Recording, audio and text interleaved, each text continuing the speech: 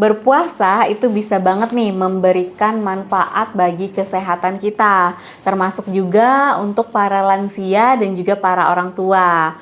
Tetapi ada nih beberapa hal yang harus diperhatikan, terutama untuk lansia jika ingin mendapatkan manfaat kesehatan tersebut. Yuk, tonton video ini sampai habis.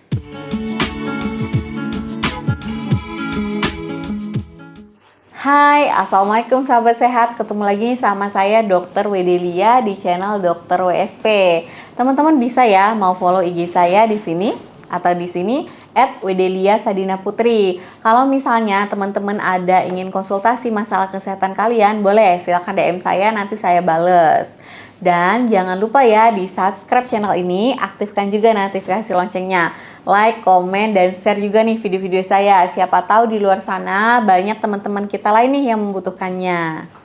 Pada saat ini kita sudah memasuki bulan Ramadan nih ya teman-teman. Dengan berpuasa itu bisa menurunkan kadar gula darah yang tinggi dan juga masih banyak banget nih manfaat berpuasa untuk kesehatan. Namun, puasa Ramadan untuk lansia atau yang pralansia di atas usia 50 atau di atas usia 60 tahun itu bisa jadi nih menjadi tantangan tersendiri karena kondisi fisiknya para lansia ini sudah sedikit berbeda dengan orang-orang yang lebih muda.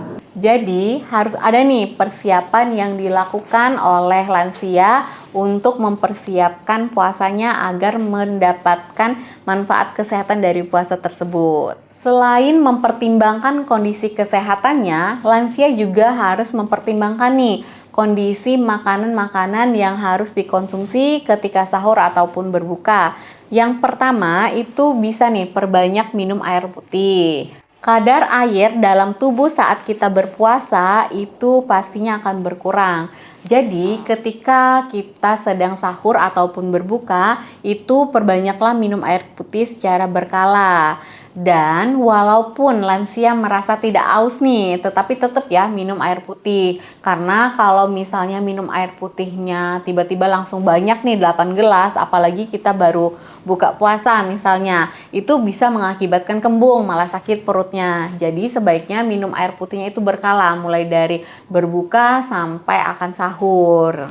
Kalau anjuran dari Kemenkes RI itu sebaiknya minum 1 gelas setelah bangun sahur, kemudian 1 gelas lagi selepas makan sahur, kemudian 1 gelas pada saat berbuka puasa, 1 gelas setelah sholat maghrib, 1 gelas lagi setelah sholat isya, 1 gelas setelah sholat tarawih, 1 gelas lagi setelah makan malam, dan 1 gelas lagi sebelum tidur pada malam hari. Jadi totalnya walaupun kita berpuasa, minumnya tetap 8 gelas. Jadi tubuh kita tidak kekurangan cairan. Dengan lansia, minum cukup air itu bisa memberikan manfaat kesehatan seperti menurunkan suhu tubuh, melancarkan metabolisme tubuh, dan juga dapat menjaga berbagai sirkulasi yang ada di dalam tubuh.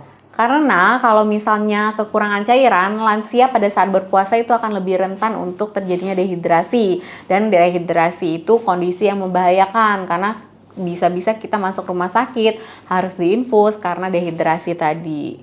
Selain minum menggunakan air putih, bisa juga nih mengganti cairannya itu dengan jus buah alami. Tetapi sebaiknya hindari minuman-minuman yang berkafein seperti kopi. Karena minuman-minuman berkafein itu bisa membuat tubuh kita lebih cepat kekurangan cairan.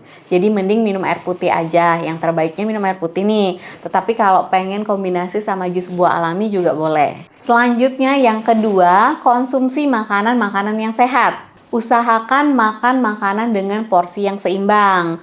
Misalnya nih yang pertama, perbanyak makan sayur dan buah-buahan. Karena jelas ya teman-teman, pada sayur dan buah-buahan itu terdapat banyak vitamin dan juga mineral. Baik vitamin B6, B12, asam folat, ataupun mineral-mineral lainnya yang sangat dibutuhkan oleh tubuh kita. Kemudian para lansia bisa juga nih mengkonsumsi gandum utuh seperti roti gandum ataupun oatmeal. Karena sumber karbohidrat yang ini adalah karbohidrat yang sehat. Itu dapat menekan asupan kalori dan juga gula yang masuk melalui makanan. Jadi para lansia pun akan tetap sehat enggak rentan nih terkena resiko penyakit seperti diabetes ataupun hipertensi ataupun kolesterol gitu. Kemudian pilihlah sumber protein yang sehat seperti ikan, kacang-kacangan. Kacang-kacangan tuh bisa diganti dengan tahu tempe gitu ya. Walaupun nih daging juga makanan yang sehat atau sumber makanan yang sehat, tetapi asupan daging sebaiknya dibatesin karena bisa meningkatkan resiko terkena penyakit hipertensi atau tekanan darah tinggi atau penyakit kolesterol.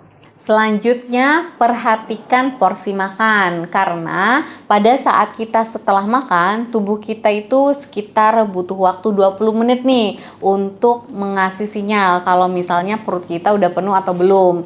Jadi, kalau misalnya belum 20 menit itu jangan makan kebanyakan. Takutnya setelah 20 menit kemudian itu akan mengakibatkan perutnya menjadi sakit, kemudian nggak bisa sholat tarawih, jadinya karena kekenyangan. Kemudian, tambah suplemen tertentu.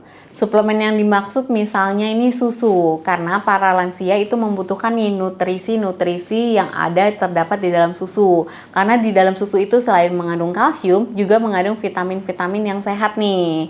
Jadi sebaiknya susu ini nggak terlewat ya untuk dikonsumsi. Persiapan ketiga itu adalah pastikan untuk teman-teman lansia tetap aktif bergerak. Aktivitas fisik itu entah hanya sekedar bergerak atau berolahraga itu jelas ya sangat bagus untuk kesehatan di semua usia. Tetapi kalau misalnya usia kita sudah memasuki lebih dari 40 tahun, biasanya metabolisme tubuh itu akan lebih menurun dan seringkali nih menjadi kurang optimal untuk melakukan aktivitas fisik. Jadi, aktivitas fisiknya tuh bisa dilakukan setelah berbuka puasa nih. Misalnya yang ringan-ringan aja, nyapu atau bersih-bersih rumah, kemudian atau jalan-jalan di sekitar rumah atau keliling komplek gitu sebelum berbuka ataupun pada saat ingin sholat tarawih nih, jalan misalnya ke masjid. Itu kan merupakan salah satu aktivitas fisik juga.